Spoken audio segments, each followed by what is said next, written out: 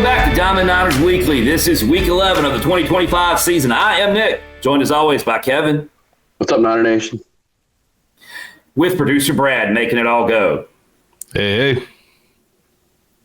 And we're just going to jump right in because we've got a special guest with us this week. We have got the junior utility player straight out of Wilmington, North Carolina. We've got Spencer Nolan. What's up, Spencer? What's going on, guys? Man, it is Wednesday night. We are talking baseball. We're coming off a win at the Hayes last night. And, I mean, what else could you want to do, right? Exactly right. It's a fun time last night, for sure. Yeah, it was good. Great time at the Hayes last night. Coach Kevin, how are you, bud? I'm here, man. I'm here. A lot of baseball today. Man, just so the audience knows, okay, believe it or not, Kevin has a full-time job, okay? So he's got a full-time job. He's gainfully employed. This is your third baseball activity since the workday ended. Is that right?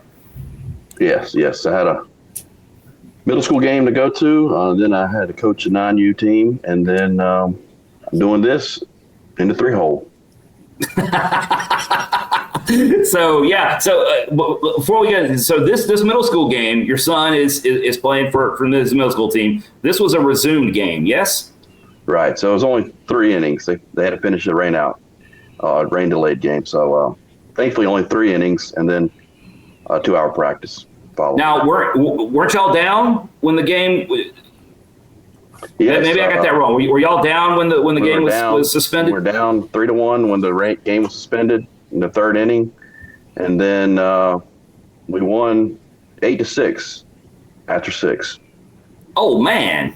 Or 7 innings. Okay, that's awesome. So breaking news here on Diamond Niners Weekly. If you're a fan of the Niners and Harris Road, what are the Harris Road Patriots? Patriots, yeah. That's where my daughter went, so I should know that. The Harris Road Patriots picked up an 8-6 come from behind win tonight, so that's awesome. It was Hickory Ridge, right? Hickory Ridge, yep. Yeah, Hickory Ridge down in Harrisburg. So yeah, suck it, Hickory Ridge. We're all about Harris Road here at Diamond Niners Weekly. So, all right, man. It was we've got everybody, and we're going to talk to Spencer.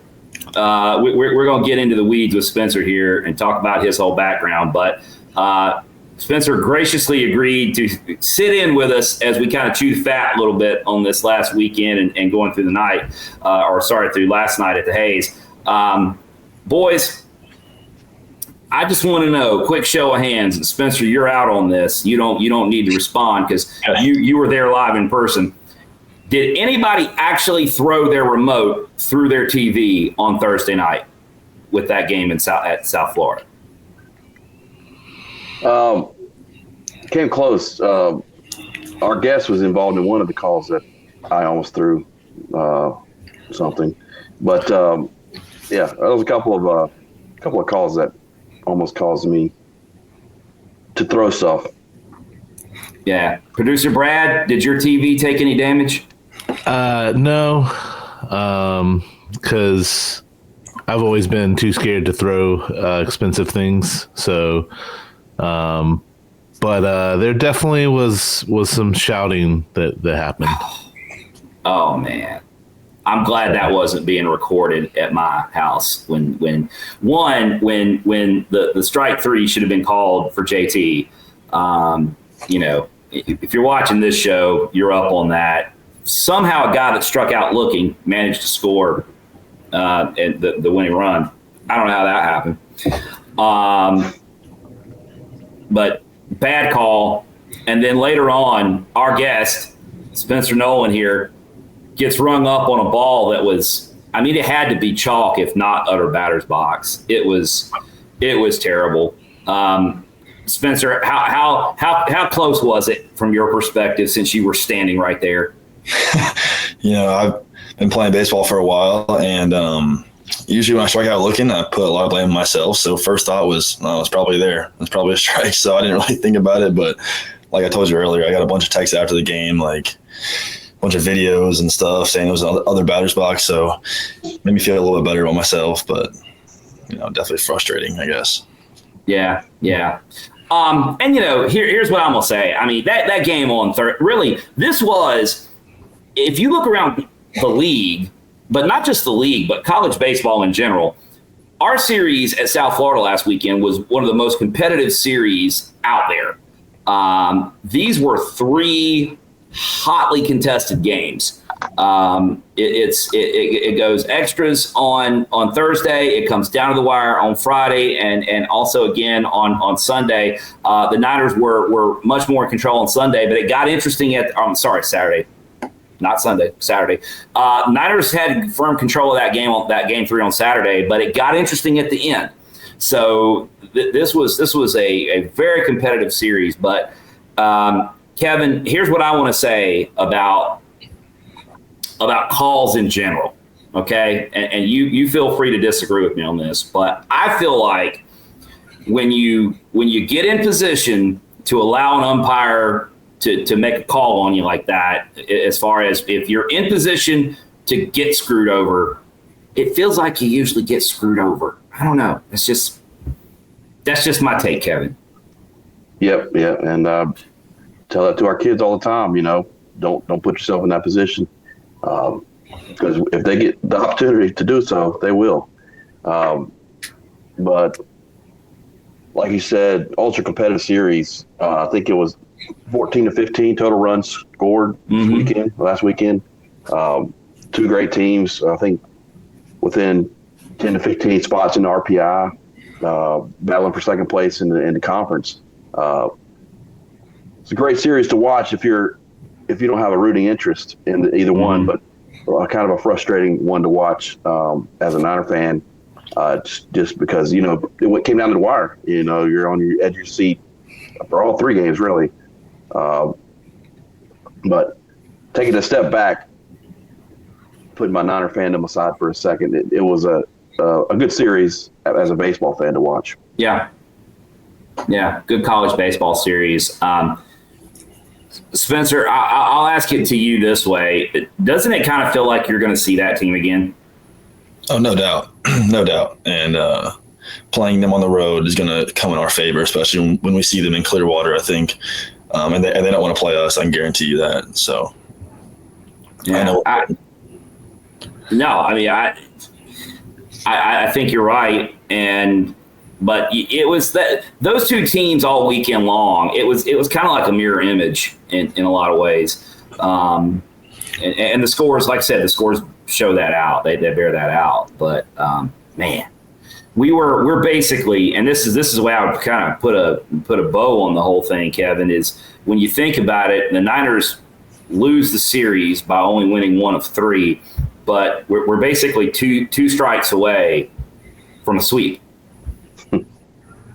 Yeah, you're exactly right. And who knows, if that series is at the Hayes and we bat last, it could have easily been different. But it was on the road and they got last shot at it, and they came through when they needed to. Down in Clearwater, who knows, if we're batting last, we got a good shot. Yeah, and I mean, look. Not taking anything away from them, because, we were frustrated at some calls for sure. Enough about that. But they still had to make plays, and they did. So okay, that's baseball. They still had to get the hits when they needed them, and they did. And they're a gritty team. I mean, you knew this was going to happen, because let's face it, Kevin, South Florida baseball had been down for a while. And when they brought in, and I'm going to draw a blank on his name right now, but they brought in the coach from Indiana State. That was a great hire. And you knew that program was going to turn around. I don't know that we thought it was going to turn around this quickly. I think they were still picked to finish dead last in the conference this year, but he's done a remarkable job. Because they were. I don't want to call them. I don't want to say they were a doormat program, because that's Rice's job in this league. But they I mean, they missed their own. They host the conference tournament, and, in their backyard in Clearwater, and they weren't even a part of it last year. Yeah. So they've come a long way in a short period of time. Well, yeah. Well, they had a few years back. They won the conference tournament, and then they won a regional, and ended up in their first ever super regional. First regional they won program history, and he thought they would kind of ride that momentum. But it just didn't work out that way. No, it didn't happen. And they ended up changing coaches, and he's been great so far. Yeah, you just knew that when they hired, when you heard that hire, you're like, yeah, good ad for the league. I mean, we can say the same thing at Rice with Coach Pierce coming in there. You feel like, and they're already starting to play better. And he joined them mid-season. So, I mean, overall for the league, good thing. And just kind of didn't work out for the Niners this weekend the way we wanted it to. But as Spencer accurately points out, I think that's to our advantage when we see him again. And it feels like we're going to. Right. Yeah. To brighter notes, last night at the Hayes, we touched on a little bit here. What a great game for the Niners. 7-0 shutout. 4 homers. Couple ribbies for Spencer Nolan. Pitching did great. Sturma did great. 7 strong innings. Bullpen. 1 hit allowed. No runs. No walks. Complete game for the Niners last night. Yeah, I'm scrolling back through this, Kevin. I'm looking back to the schedule at our midweeks. I'm gonna take that Davidson game off the board. That was a 12-0 win in 7 innings. But if we take that one off the board, beat Longwood 8-1. But Kennesaw State's not a pushover. I feel like the Liberty win was good too. I don't know. I felt like this maybe was our most complete weekday game that we've played so far. Yeah, it was good. And their RPI's in the 50s. They're fourth in the league in Conference USA, a good conference. I think behind Dallas Baptist and La Tech.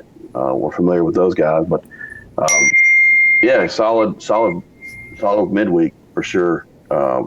Definitely a boost to the resume. Yeah, for sure. And some themes have emerged out of that. And we're going to talk. We're going to talk to Spencer here in a few minutes about the way he's emerged. But as far as like Sunday game at South Florida and then into last night, man, Blake Martin, he's just kind of inserted himself into the lineup. I'm not sure that ball he hit last night has landed yet.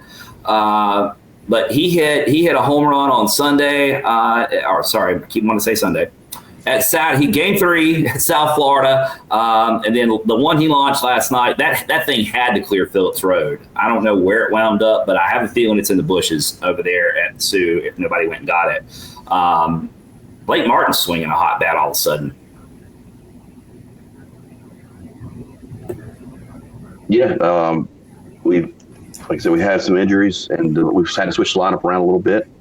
And Blake got an opportunity, and he's taking advantage of it, similar to Spencer. And he's, as you alluded to, we'll talk about that soon. But we've had a few guys stepping in and producing right away in the lineup lately. How about this? What do we pride ourselves on, Kevin?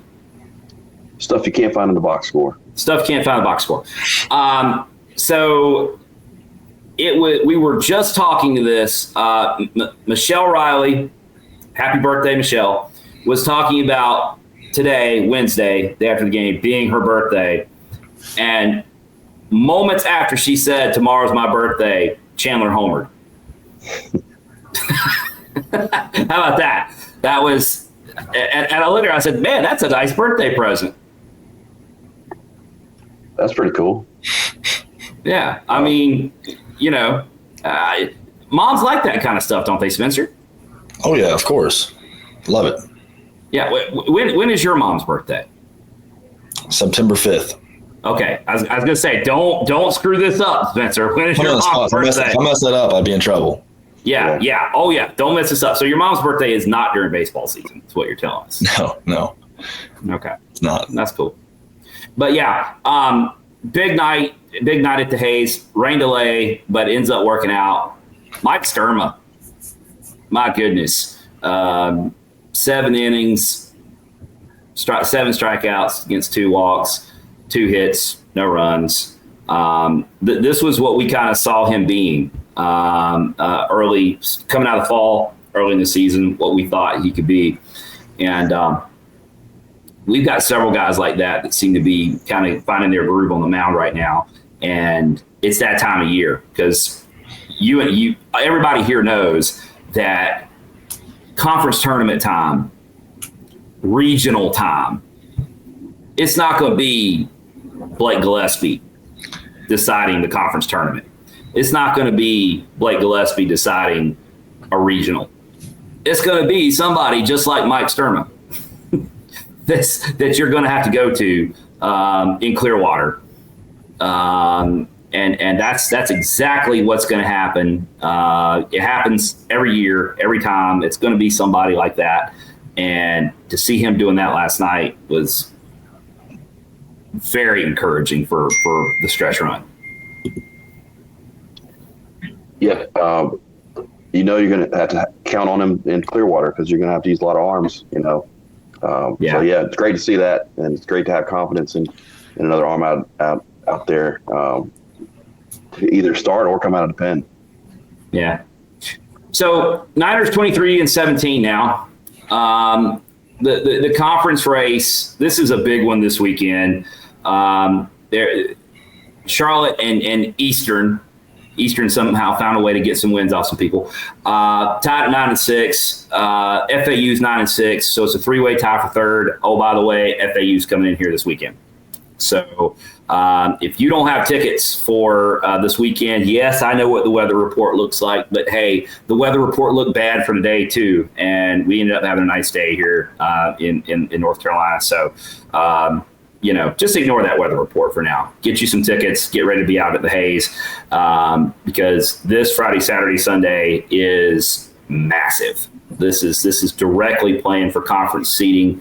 Down in Clearwater, and FAU comes in 27-13, 73 RPI. It's another mirror type of weekend. This is the kind of game. These are the kind of games that you want to win to separate yourself, not only in the standings but just programmatically. You want to separate yourself. And Kevin, I mean, one thing we can always count on with FAU is down there in Boca, they always have dudes. Yeah, they always bring in a talent. Coach McCormick, he's been there for years. Great coach. They're always in the mix. And whether it be Conference USA or now in the AAC, they've been in the mix. So yeah, you're going to have a dogfight this weekend. We only got 4 weekends left in conference, so it's getting down to grind time. And looking forward to getting out to the Hayes this weekend. Yeah, Spencer, this is your 3rd year in the program. You are an actual straight up college junior, which who does that anymore? But here you are. You're an honest to goodness college junior. Do you have a favorite FAU memory? FAU memory. FAU memory. I know we played them here my first year. And I think I had a couple hits that weekend. I guess it had to be that because last year it definitely wasn't then. We had rain and had to do doubleheader and stuff, and it wasn't fun going there either. So I guess I would just say the first time I played them at the Hayes, we won, had a few hits. That 23 team was fun, so. That 23 team was a lot of fun. Isn't that crazy? You go to South Florida this time of year and you deal with rain showers. Exactly. Go ahead, Kevin. Was that the longest game in history or in program history we had? We had we played one game. We started one game on a Friday and had to end it on a Saturday. It was like 11 hours from time the game started to the time the game ended. Something crazy like that. And then we had to play another game that next day as well. Was 23. Was that year or was that the year before that? I want to say it's the year before I got here because I've heard stories from that. Yeah, 22 because we played 15 innings. Yeah. After like 3 or 4 hour rain delay, we played 15 innings. I think it was a long. That was the year. You're right, Kevin. That was the year that the field, their outfield was maybe having a little trouble draining, and Woody went to the grounds crew and either borrowed or stole. He got a squeegee, took his shoes off. Took his socks and shoes off, rolled his pants legs up, and was out there in the outfield moving water around. You remember that? Oh, yeah. Yeah, I remember that for sure. The parents started texting us pictures that were down there. They're like, look at Woody. He's out there working the field. Which is, that's just him. He squeegees outfields. If he's at Marshall, he puts up batter's eyes.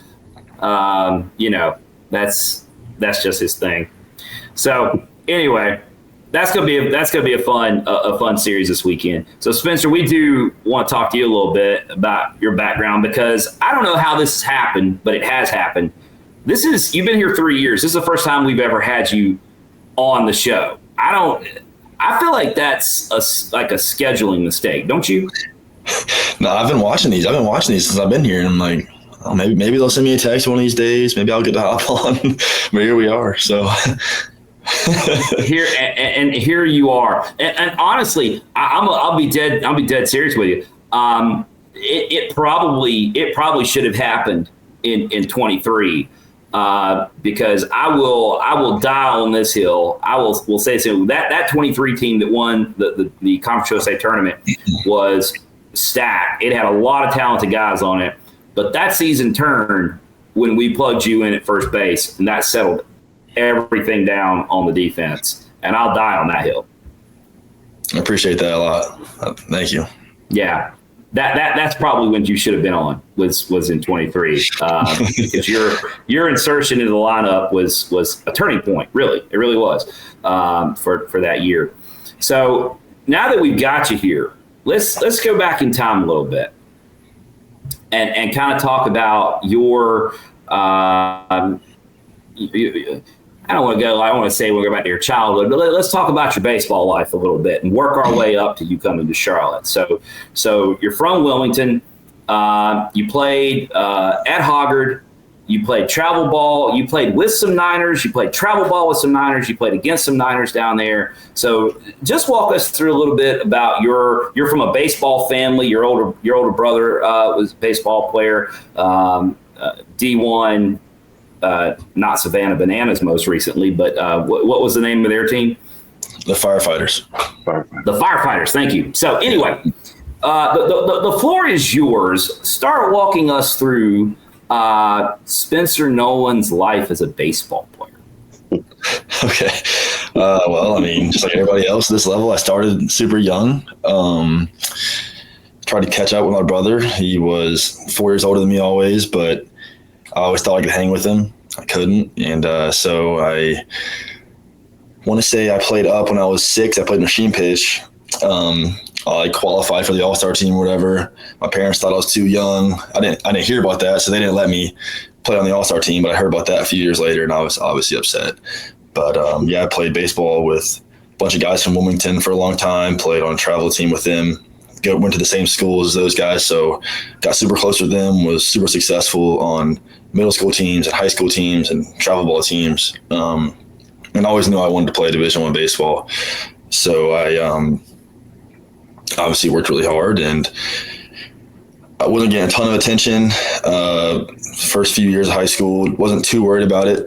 Continued to work hard and continued to play as hard as I could. I had 2 offers from Charlotte and UNCW, where I'm from, Charlotte actually saw me at a Legion tournament with Drew Tyndall. They came to watch Drew, and they saw me, and they offered me, I believe, that day. It was a no-brainer when I came here. The campus was beautiful. The staff was amazing, and technology, and I could just tell it was trending in the right direction.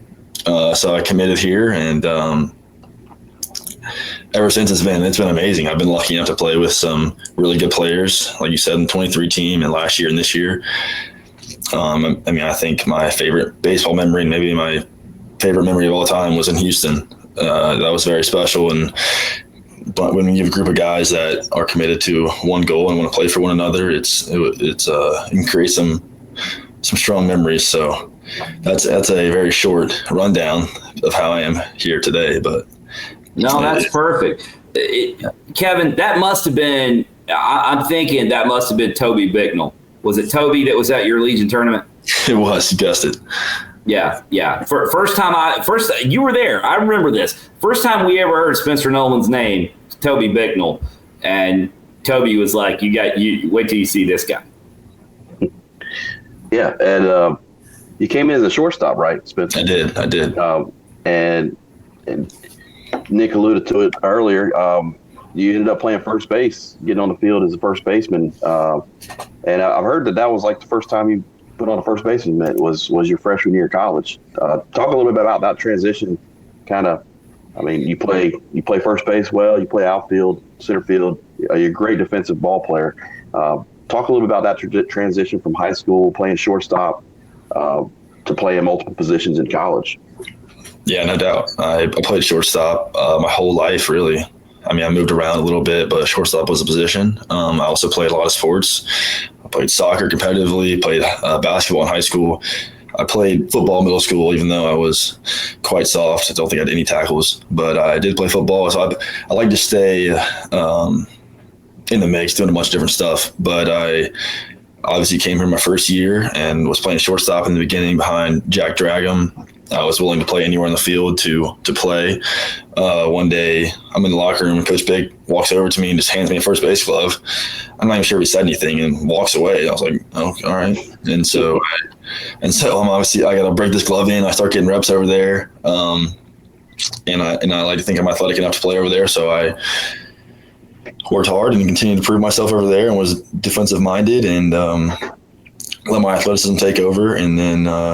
We went from there, but I never played outfield before here. I found out one day that I was pretty good at that. I like to run around and turn into a wide receiver out there. So, yeah, I'm proud of how far I've come as a defender and as an athlete.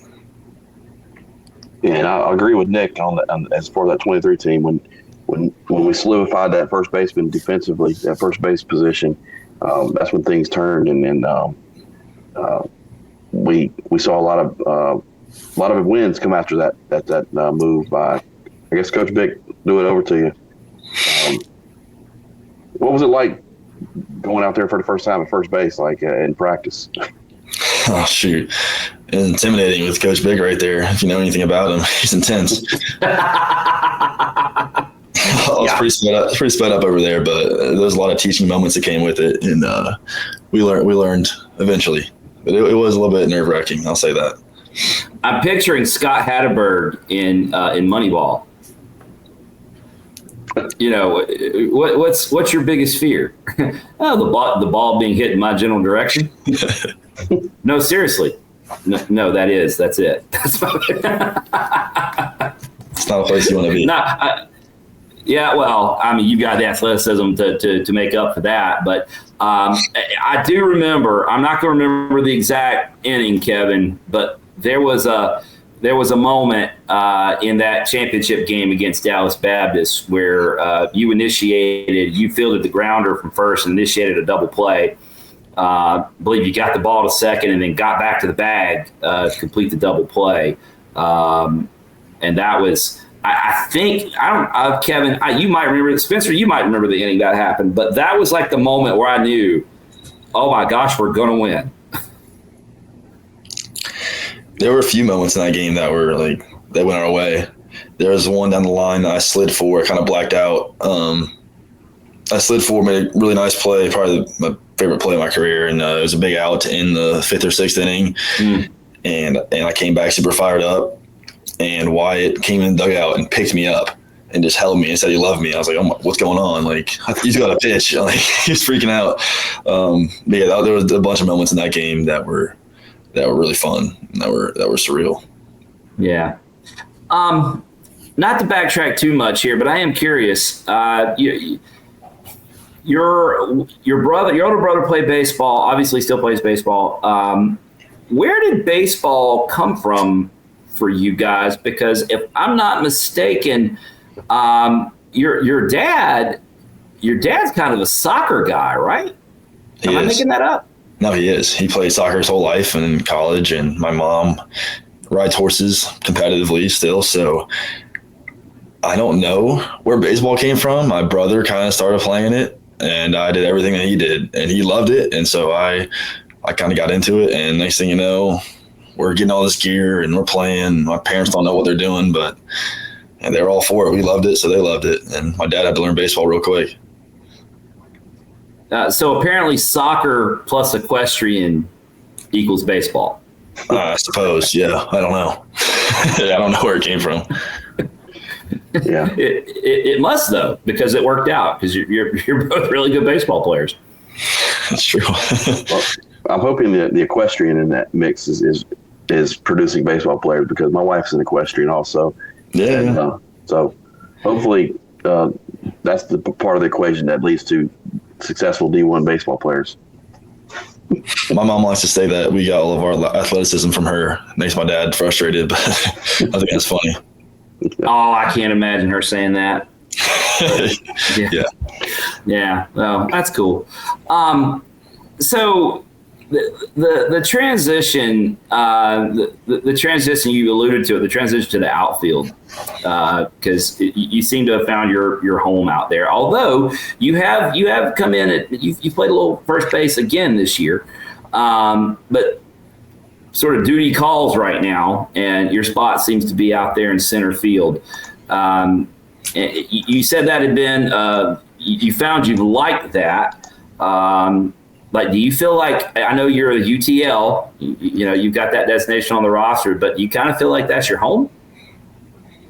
Yeah, like I said, I mean, I'm willing to play anywhere to help our team, but I do feel really free out there in outfield and center field, especially. Just I can see the game from a really cool angle. I can see everything. I can kind of be a quarterback out there and guide some guys. So I feel like I can have impact out there, and I can run free. I just love running, and I'm not like nervous out there, and I definitely feel like that's where I'm supposed to be. But I'm definitely willing to go back to first whenever. Sure. Spencer, you battled some injuries in the fall, and had a kind of a slow start to the season. But lately, you've got some opportunities, and you've always had the defensive side of the ball down, and your offense now has come along.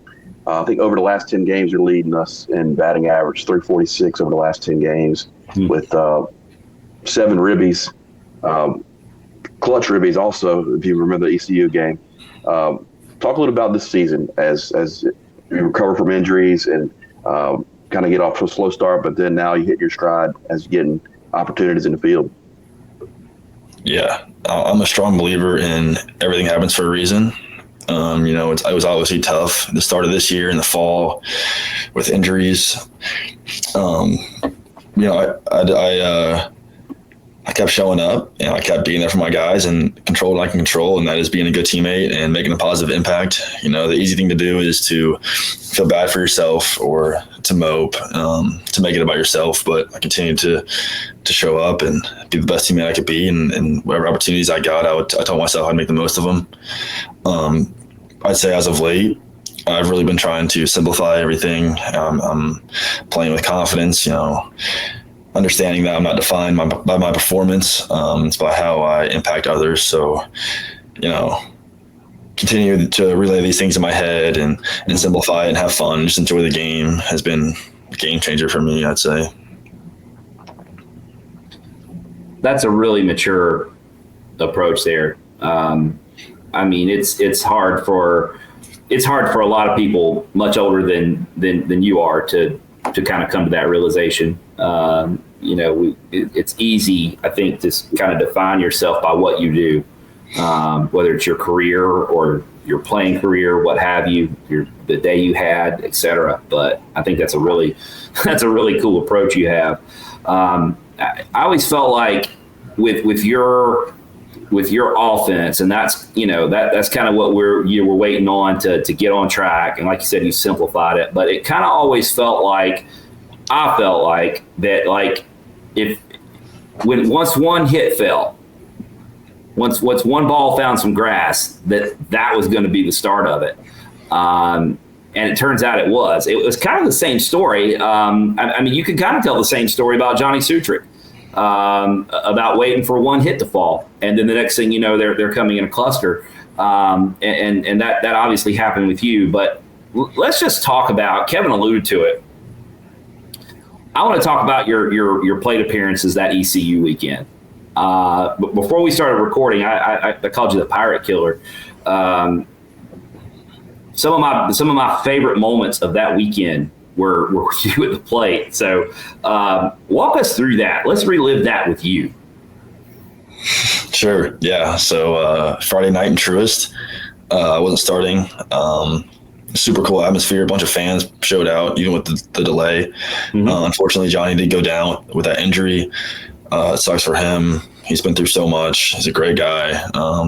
But he always got a smile on his face. So we're all going to be there for him in the rest of the rehab process. But I got into center field, and when he came in, he was hurt, and I found out I was going to hit. I was in the hole. By the time I got all my gear on, the pitch comm and everything, I was up to bat against one of the best pitchers in the conference. So it turned into competing. Like, I didn't have time to get my timing or anything. So I just went up there and competed and got a hit on the line. And I think that did spark some better at-bats in the future. And then taking that into Saturday, like I said, just competing in that first at bat. I believe it was bases loaded, 2 outs. First 2 pitches were balls, and they had a mound visit.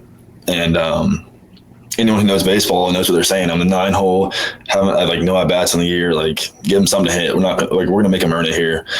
In that spot, and I remember saying out loud to myself, like, "You're a good enough hitter to hit this ball. Like, you're good enough." And I think that's one of the ways that I have grown from my freshman year, is just competing and knowing who I am. And I got a pitch to hit, and I was lucky enough to square it up. And it was a big spot, and I blacked out in that situation. I'm not sure what I said when I got to second base, but that was definitely a highlight of my career. I think another big hit the next day. But I'm just happy I can make an impact for my guys. Like, being able to say I was a big part of such a big series win is really cool to me, and it's special. It was a lot of fun for everybody, for you guys too, I'm sure. Spencer, I don't know what you said. I don't know what I said when you got to second base either, but I'm sure it was colorful. I have an idea what he said at Friday night at Truist when he got that hit off Norby, but we can't repeat it on the air. Yeah, exactly. Yeah, we were up in the home run porch by that time, weren't we, Kevin? Or were we just out in the outfield? I think so. Yeah, we were up there in the home run porch for a little, kind of away from everyone, so we wouldn't have to interact with the Eastern folks. But we moved away from the crowds because it's just gets a little intense, but little testy. But yeah, that I think I know I told you this before we started recording, that the bases loaded double is like my favorite offensive play in baseball. I mean, the home run happens and it's the ball's out, and then everybody celebrates. But it's the bases loaded double is a slow burn because you get to watch that guy run all the way from first home, and that's just, I love that. that's just so much fun, and you, like you said, you barreled that ball up, hit it right on the screws. So, man, yeah, that's put that up there as one of my favorite Spencer Nolan memories right there. Right. I agree. It's good to see a player you've been here for this is your third season here. Um, had some ups and downs with the injuries and whatnot, and get an opportunity, and now you're contributing. Uh, it's great to see those moments like that and your perseverance, and you get rewarded with some success like that. And so it's great to see, and we're excited for you. Thank you. I appreciate that. We flagged Spencer down after the game. I need to find that picture and send it to producer Brad. After that game 2, that Saturday game, you drive in. Did you end up with 3 RBIs, or did you get another one? Was there a 4th RBI there? It might have been just a 3. It was only 3, yeah. Yeah, 3. But that was the difference. It was the difference in the game that day. You get the lineup card that day, which is like the honor of the day, player of the game kind of honor is you get the lineup card. We flagged Spencer down. It's after the game. He's wearing his Braves jersey. He's riding his skateboard through the parking lot. He could have been anybody. He could have been any student, just, but he's carrying the lineup card. We flagged Spencer down, and everybody that had been at the tailgate, we take this group photo with Spencer holding the lineup card, and he's looking at us like, okay. Yeah, no, I was going to get dinner with my dad, and I was skating my car with my lineup card, and I waved to you guys, and you called me back, and I was bombarded with Niner fans, so I loved it. Yeah, it was a lot of fun. I know I got that picture here somewhere. I have to find it, but yeah, that day, that whole weekend, really. I know Sunday was a different matter, but that whole weekend just felt, man, it just felt right. It was a lot of fun. Big win at Truist, then the fun day at the Hayes, and Spencer Nolan, big part of all of it. That's so great, man. You can even go back to the game at Kannapolis too. He had a good game that game as well. And then you got honored with honor roll for conference AAC conference honor roll that week. How'd that feel, Spencer, after that big week? If you told me that I was going to be getting all that the week before, I'd call you crazy. So it was definitely good to feel that again and feel some success. And baseball's a crazy game; it can happen that fast. So continuing to show up and trust in the process and everything, and knowing that it's all going to work out is a big part of it, I believe. And it was a lot of fun, no doubt. I did find that picture. There's more people in this picture than I zoomed in a little bit, but there I can show. There we go. Yeah. Spencer just hanging out in the parking lot with his lineup card, wearing his Braves jersey. I didn't even notice. Is that a generic Braves jersey, or is there a number on the back? It's an Acuna jersey. Okay. No, it's and some of the people standing right next to the Hills are standing right there, and they're Emily Hill's a big Braves fan, so she's definitely digging that. So yeah, that's cool. Yeah, very cool. So. We're headed down. We're headed down the stretch here. This is a huge weekend coming up. How would you rate the vibes right now, man? It's heading in the stretch run. I mean, observers of the team know we're trying to get healthy. We're trying to get some guys back on the field. But what's the mentality like? Walk us through it. We feel good. Every team goes through adversity. But like you said, especially this time of the year, it comes down to your depth, and seeing what Mike Thurman did last night and Blake Martin showing up, it proves that we have that. Any guy can come in and can play and compete at this level. And we're more than willing to compete with anybody, as you've seen with Arkansas and whoever it may be. We can win with anyone, and I think we're catching fire at the right time. We've shown that we can go on a streak, we can go on a run. I think we're going to do that now, but we feel really good about the future and are continuing to build one day at a time. and it's good to be back home, right? Get a big series at home. It's going to be playing meaningful games at the Hayes in late April, leading into that conference tournament in about a month. No doubt. Yeah, no, the Hayes, the fans, everything makes a much bigger difference than you would think. So Coach Woodard always says, like, going on the road is tough, and we saw that with South Florida. It's not easy in terms of umpires and fans and swings and everything. So we got to continue to show up every day and take the games, as many games as we can, especially the ones at home. Have you given any thought, Spencer? I was just thinking about this actually.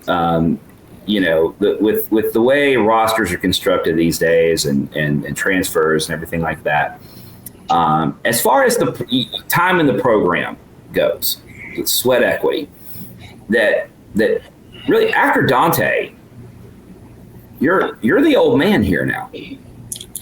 Unfortunately, I still feel like it's my first year. I feel like a rookie. But yeah, no, I'm guessing the most tenured to this point. Yeah, I mean, you're next in line. You're the heir apparent you're the program guy. And I do. It's so funny because I still think of you like as, I don't want to say I still think of you like as a freshman, but I mean it seems like you just got here, but. It probably seems that way for you too, but it definitely seems that way for me. It feels like you just got here, but yeah, this is your third year. Yeah, no, it's flown by, and there's been so many memories in the process. I feel like it was yesterday we were playing our first scrimmage against Flodar with Jay Cunningham and Cam Fisher and Wyatt and all those guys. Yeah. And now those guys are scattered all over the minor leagues. I mean, it's a testament to you, honestly, that you were in the mix with those guys because that was that team your freshman year was a really talented team, and for you to wind up being one of the key cogs that kind of made that thing go, man. That's a cool story. It is, and I love those guys, and I will tell that story for the rest of my life. And that team was special, and the way we turned things around. And I can tell you right now, like, the turning point was at FIU when Paxton Thompson and Jack Dragon got up and spilled their hearts onto us and got emotional on us, which I've never seen Jack Dragon do. And showed how much we care for one another, and that's what it takes, to win and late in the season. So that team was fun, and Charlotte baseball has been a blast ever since I've been here. Kevin, I'm trying to imagine Jack Dragon emotional. Like he said, he said he didn't do it very often, so I'm having a tough time imagining that as well. Yeah. I always said Jack was cool as the underside of the pillow, man. He was. That's it. Jack was, dare I say, saucy. Oh, no doubt. So much sauce. Well, let me ask you this, Spencer, because we're going to start kind of wrapping this up. But we always like to ask guys. I looked this up. Okay, you're pre-exercise science major. So moving into exercise science. So what are you thinking long term? Like, are you still kind of exploring some careers? Or, I mean, I know obviously you want to ride your baseball career as far as it'll take you, but what are you thinking in the classroom, and what are some possible thoughts you're having about your future? I definitely think I'm still exploring. I have no idea what I'm going to do, to be honest with you. I'm being dead serious. I have no idea. Yeah. Exercise science is definitely tough and not really what I expected, but I've been working really hard, and I have good grades and everything, so I'm sure whatever I do, I'll be fine, but I just want to make sure I do something I enjoy, whatever it is. Do you take all your tough questions to Donna? Not always, but there are plenty of guys that do that. Donna Nemo, athletic trainer for the team. Yeah, she's awesome. Yeah, she knows what she's doing. Yeah, well, let me tell you this, and you don't need to hear me say this, but I'm the one here, so you'll get to hear it from me. when I was your age, I was virtually certain what I was going to do, and I chose my major accordingly. And then I went in that direction, pursued it, and it led me in some different directions that I wasn't thinking about. And then again, in my 30s, I changed directions again, and I even went back to school. So, if you don't ever really have it figured out, is what I'm trying to say, Spencer. So if somebody tells you they've got it all figured out, that's your first clue that's a red flag when somebody tells you that they have it all figured out. So don't be so hard on yourself about getting it figured out. It'll work itself out. I feel sure. I mean, we can't all be engineers, can we, Kevin? No, I'm still trying to figure it out myself. But yeah, I'm a part-time youth baseball coach. So are we sure that's part-time? Well, I'm not getting paid for it, put it that way. Yeah, it's full-time volunteer work. Yeah. But, yeah, you'll always be figuring it out, man. It's all good. Yeah, that's awesome, man. I know this, though. As you get it figured out, we are going to be as delighted as we can be to tell everybody that you're a Niner. And it's awesome having you a part of this program, your family. We love them. And you guys have just been an awesome addition to this program and the university. So we can't thank you enough, not only for spending some time with us tonight, but just everything you've done for us already. Well, thank you. I appreciate everything you guys do and the daily. And I know it's hard to make time for all this, but you guys work really hard as well, and I appreciate you guys for sure. We're just glad to be along for the ride, man. Yes, sir. All right, folks, that's all the time we have for tonight. We will get this out to you as quickly as possible, and this is a great way to get ready for the FAU series. If you can't get fired up listening to Spencer Nolan talk, I don't know what to do for you. You can always do without me and Kevin, but Spencer's awesome. It's a lot of fun talking to these players as they come through and just getting their perspective on life and baseball and everything they're doing. So if you like what we're doing, like, share, and subscribe. YouTube, Spotify. You can find us. You can find Diamond Niner Report all over social media, Twitter, Facebook, Instagram, never TikTok. So, all right, folks, that is all the time we have. For Kevin, for producer Brad, for Spencer Nolan, this is Nick saying good night, and we'll see you at the Hayes.